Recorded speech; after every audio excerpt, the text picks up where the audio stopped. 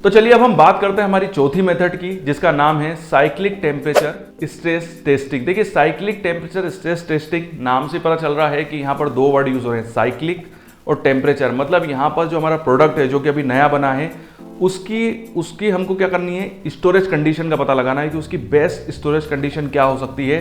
इसके लिए ये टेस्ट परफॉर्म किया जाता है। यहाँ पर हम अपने प्रोडक्ट को एक मिनिमम टेम्परेचर प्रोवाइड कराते हैं और हाईएस्ट टेम्परेचर प्रोवाइड कराते हैं। मतलब एक कम से कम टेम्परेचर जो कि हो सकता है माइनस में चला जाए, और highest temperature 50 degree 60 degree Celsius तक हम प्रोडक्ट को टेम्परेचर प्रोवाइड कराते हैं और उसको चेक करते हैं और ये देखते हैं कि प्रोडक्ट के अंदर किस तरीके के केमिकल चेंजेस और फिजिकल चेंजेस हो रहे हैं। और इन रिजल्ट्स के बेसिस पे हम ये डिसाइड करते हैं कि हमारे प्रोडक्ट की बेस्ट स्टोरेज कंडीशन क्या होगी। तो इस बेसिस पे ही ये टेस्ट परफॉर्म किया जाता है। मैंने आपको पहले ही बता दिया कि यहाँ पर साइक्लिक टेम्परेचर है, मतलब ये भी कह सकते हैं कि मिनिमम टेम्परेचर और मैक्सिमम टेम्परेचर पे हम सैंपल को स्टोर करके देखते हैं और ये चेक करते हैं कि प्रोडक्ट में जिसको हमने चेक किया है उसकी केमिकल और फिजिकल क्या चेंजेस हो रहे हैं। समझ के मेरी बात को। और इस टेस्ट के बेसिस पे ही हम प्रोडक्ट की जो बेस्ट स्टोरेज कंडीशन हो सकती है उसको डिटरमाइन करते हैं। तो देखिए यहां पर हमने डिस्कस किया कि आईसीएच के द्वारा स्टेबिलिटी टेस्टिंग के लिए कितनी मेथड्स दी गई हैं। तो मैंने आपको बताया टोटल 4 मेथड्स दी गई हैं।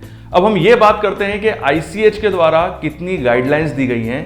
तो एक एक गाइडलाइन को मैं आपको बताऊंगा। तो टोटल 7 गाइडलाइंस जो है वो ड्रग की स्टेबिलिटी टेस्टिंग के लिए दी गई है। सातों गाइडलाइन के जो कोड हैं वो बहुत इंपॉर्टेंट है, ये आपको याद रहने चाहिए क्योंकि इंटरव्यू पर्पस के लिए भी ये बहुत इंपॉर्टेंट होगा। और कोड के साथ में अगर आपको ये भी पता है कि पर्टिकुलर कोड जो है वो किस गाइडलाइन को दिया गया है तो ये भी काफी अच्छा रहेगा। तो एक एक कोड मैं आपको बताऊंगा। साइड में आप स्लाइड में भी देख रहे होंगे कि वहां पर भी ये सब आ गया है, तो उसके थ्रू भी आप उसको नोट डाउन कर सकते हैं और अपने शॉर्ट नोट बना सकते हैं। तो जो पहली गाइडलाइन है वो है Q1A। Q1A गाइडलाइन जो दी गई है, जब भी आप कोई नया ड्रग सब्सटेंस डेवलप करते हो या कोई नया ड्रग प्रोडक्ट डेवलप करते हो तो उसकी स्टेबिलिटी के लिए जो गाइडलाइन दी गई है आईसीएच के द्वारा वो है Q1A। ये सबसे इंपॉर्टेंट गाइडलाइन है और सबसे ज्यादा जो गाइडलाइन फॉलो की जाती है वो Q1A ही फॉलो की जाती है। दूसरी है Q1B।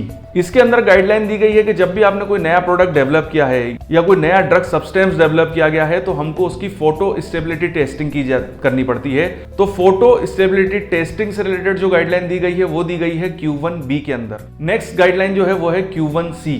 यहां पर जब भी आपको नया डोजेस फॉर्म डेवलप कर रहे हो तो अगर आप नया डोजेस फॉर्म, देखिए पहली जो 2 गाइडलाइन थी वो थी नया ड्रग प्रोडक्ट या ड्रग सब्सटेंस के लिए, बट आप किसी पुराने ड्रग प्रोडक्ट और ड्रग सब्सटेंस से एक नया डोजेस फॉर्म डेवलप कर रहे हो। मतलब हो सकता है कि उस ड्रग सब्सटेंस का पहले सॉलिड डोजेस फॉर्म अवेलेबल हो, टैबलेट अवेलेबल हो, अब आपने उसी का यूज करके कोई लिक्विड डोजेस फॉर्म डेवलप कर लिया है, semi solid doses form develop कर लिया है।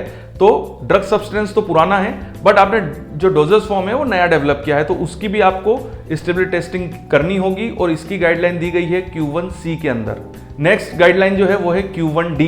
यहां पर जो गाइडलाइन दी गई है वो दी गई है ब्रैकेटिंग और matrixing design for stability testing of drug substance and product. Next guideline है Q1E। ये बहुत ही इंपॉर्टेंट होगी। यहां पर जितना भी आपको डाटा अवेलेबल होगा, स्टेबिलिटी डाटा अवेलेबल होगा, उसको आपको कैसे इवेलुएट करना है उसकी प्रॉपर गाइडलाइन दी गई है Q1E। ये भी अपने आप में बहुत ही इंपॉर्टेंट है। नेक्स्ट गाइडलाइन है Q1F। इसमें भी जो इंफॉर्मेशन दी गई है बेसिकली डॉक्यूमेंटेशन से रिलेटेड गाइडलाइन दी गई है, जिसके अंदर stability data package for registration applications in climate zone 3rd and 4th। देखिए क्लाइमेट जोन क्या होता है इसको भी हम आगे डिस्कस करेंगे, बट ये बेसिकली रजिस्ट्रेशन से रिलेटेड गाइडलाइन दी गई है, क्लाइमेट जोन 3rd और 4th से रिलेट करता है। और जो आखिरी गाइडलाइन है वो है Q5C। इसमें जो स्टेबिलिटी टेस्टिंग से रिलेटेड जो गाइडलाइन दी गई है वो है आपके बायोलॉजिकल प्रोडक्ट्स और बायोटेक्नोलॉजिकल प्रोडक्ट्स। इनकी अगर आपको स्टेबिलिटी टेस्टिंग करनी है तो आपको Q5C को फॉलो करना होगा। तो बेसिकली यहाँ पर 7 गाइडलाइन जो है वो आईसीएच ने दी है किस ड्रग प्रोडक्ट के स्टेबिलिटी टेस्टिंग के लिए। यहाँ पर जो सबसे ज्यादा जो गाइडलाइन फॉलो की जाती है वो Q1A और Q1C और Q1B। ये जो स्टार्टिंग जो 3 गाइडलाइंस है ये सबसे ज्यादा फॉलो की जाने वाली है क्योंकि ये नए ड्रग प्रोडक्ट्स, सब्सटेंस और नए डोजेस फॉर्म से रिलेट करती है।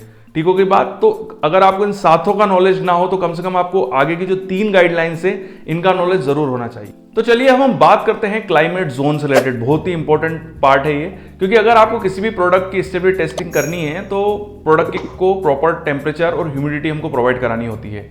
जैसे कि आप जानते हैं कि हमारी दुनिया के अंदर अलग अलग क्लाइमेट कंडीशन पाई जाती है। जैसे कि भारत के अंदर आपको मॉइस्चर वाली कंडीशन मिलेगी, ह्यूमिडिटी मिलेगी। वहीं अगर हम रशिया चले जाएंगे तो वहाँ पर टेम्परेचर माइनस में चला जाता है, काफ़ी ठंडा होता है। वहीं अगर आप अफ्रीका में जा रहे हैं तो वहाँ पर बहुत ज़्यादा गर्मी होती है, टेम्परेचर 50 डिग्री सेल्सियस 45-50 एक नॉर्मल टेम्परेचर होता है वहाँ पर। कहने का मतलब ये है कि दुनिया के अंदर डिफरेंट टेम्परेचर कंडीशन पाई जाती है, इन्वायरमेंटल कंडीशन पाई जाती है। तो अगर आपको प्रोडक्ट जो है वो जिस भी कंट्री के लिए आप बना रहे हो तो आपको उस प्रोडक्ट को उसी कंट्री की कंडीशंस के हिसाब से चेक करना होगा। इसीलिए ICH ने दुनिया को अलग अलग क्लाइमेट जोन के हिसाब से डिवाइड कर दिया है। तो अगर आप जिस भी क्लाइमेट जोन के हिसाब से दवाई बना रहे हो तो आपको उसी क्लाइमेट जोन की कंडीशन के हिसाब से आपकी ड्रग की टेस्टिंग, स्टेबिलिटी टेस्टिंग करनी होगी। तो साइड में आपको स्लाइड दिख ही रही होगी, फिर भी मैं आपको एक एक क्लाइमेट जोन को बता देता हूं।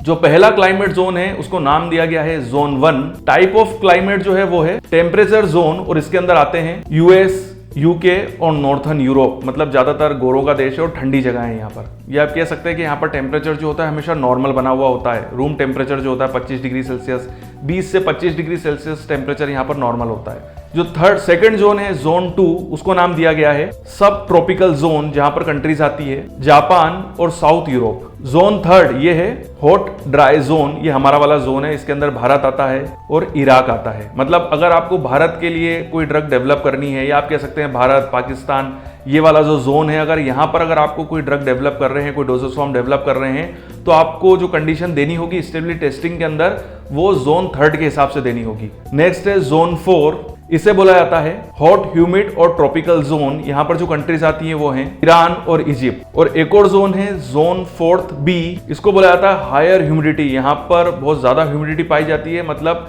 एयर के अंदर जो वाटर कंटेंट होता है वो काफी ज्यादा होता है। और यहाँ पर जो कंट्रीज आती हैं वो आती हैं ब्राजील और सिंगापुर। तो आप समझ गए कि हर कंट्री की कंडीशंस के हिसाब से उनको अलग अलग जोन के अंदर डिवाइड कर दिया गया है। तो चलिए हम अगली स्लाइड आप साइड में देखेंगे और अब हम इंडिया को लेके चलते हैं। तो इंडिया के अंदर अगर मुझे लॉन्ग टर्म स्टडी करनी है, मान लीजिए अगर इंडिया के अंदर मुझे जो पहली मेथड है स्टेबिलिटी टेस्टिंग की, लॉन्ग टर्म स्टेबिलिटी टेस्टिंग करनी होगी जो कि 2 साल तक चलती है, तो वहां पर हमको जो प्रोडक्ट को कंडीशन प्रोवाइड करानी होगी वो है, जो टेम्परेचर हमको प्रोवाइड कराना होगा वो 30 डिग्री प्रोवाइड कराना होगा। 2 डिग्री का ऊपर नीचे हो सकता है, 32 डिग्री भी हो सकता है, 28 डिग्री भी हो सकता है। इससे ज्यादा टेम्परेचर में डिफरेंस नहीं आना चाहिए। वहीं जो ह्यूमिडिटी हमको प्रोडक्ट को प्रोवाइड करानी है 2 साल तक, वो 35% होनी चाहिए। इसमें 5% का ऊपर नीचे हो सकता है, या तो 40 हो सकता है या तो 30 हो सकता है। इससे ज़्यादा डिफरेंस क्रिएट नहीं होना चाहिए। और इसकी जो मिनिमम ड्यूरेशन होगी, बेसिकली इसकी मैंने आपको बताया था कि लॉन्ग टर्म स्टेबिलिटी स्टडी जो होती है वो 2 साल तक होती है, बट अगर आपको इसकी मिनिमम जो इसमें रिकमेंडेड है वो 1 साल है, कि 1 साल तक तो आपको लॉन्ग टर्म स्टडी करनी ही करनी है। 1 साल से पहले अगर आप लॉन्ग टर्म स्टडी रोक देते हैं तो वो स्टडी नहीं मानी जाएगी, ना वो डाटा एक्सेप्ट किया जाएगा। तो अगर आप 2 साल नहीं कर सकते हैं और आप चाहते हैं कि मुझे लॉन्ग टर्म स्टेबिलिटी टेस्टिंग करनी है, तो कम से कम आपको 12 महीने ये लॉन्ग टर्म स्टडी जरूर करनी होगी। और अगर हम बात करें हमारी दूसरी मेथड की जो कि है एक्सेलरेटेड स्टेबिलिटी टेस्टिंग, तो उसकी भी स्लाइड आपको साइड में दिख रही होगी। एक्सेलरेटेड स्टेबिलिटी टेस्टिंग भी टोटल 4 तरीके की अलग अलग स्टडी होती है। इसमें से आप कोई भी स्टडी कर सकते हैं।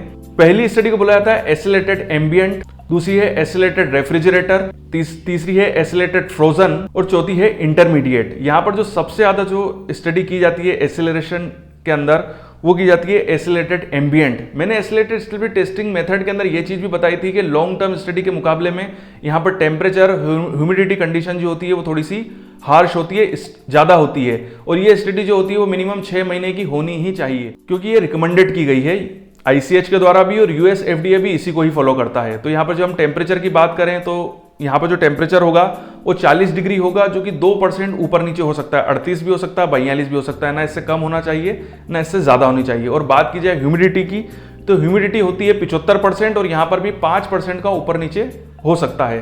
तो एक्सेलरेटेड स्टेबिलिटी टेस्टिंग के लिए जो कंडीशंस होती है टेम्परेचर की, ह्यूमिडिटी की, वो भी डिफरेंट होती है, क्योंकि यहाँ पर हम समय कम लेते हैं। अगर ओवरऑल स्टेबिलिटी टेस्टिंग की कंडीशन को बात की जाए तो साइड में आपको स्लाइड दिख रही होगी। यहाँ पर मैंने आपको long term study, accelerated study और इंटरमीडिएट स्टडीज की कंडीशन को बता दिया है। यहाँ पर अगर आपको इंटरमीडिएट स्टडी दिख रही होगी तो यहाँ पर मैंने केवल मंथ लिखा है, यहाँ पर मैंने ये नहीं लिखा है 1 मंथ 2 मंथ। इंटरमीडिएट स्टडी आप 6 महीने से ज़्यादा कितनी भी कर सकते हो, बट 6 महीने तो मिनिमम होनी ही चाहिए।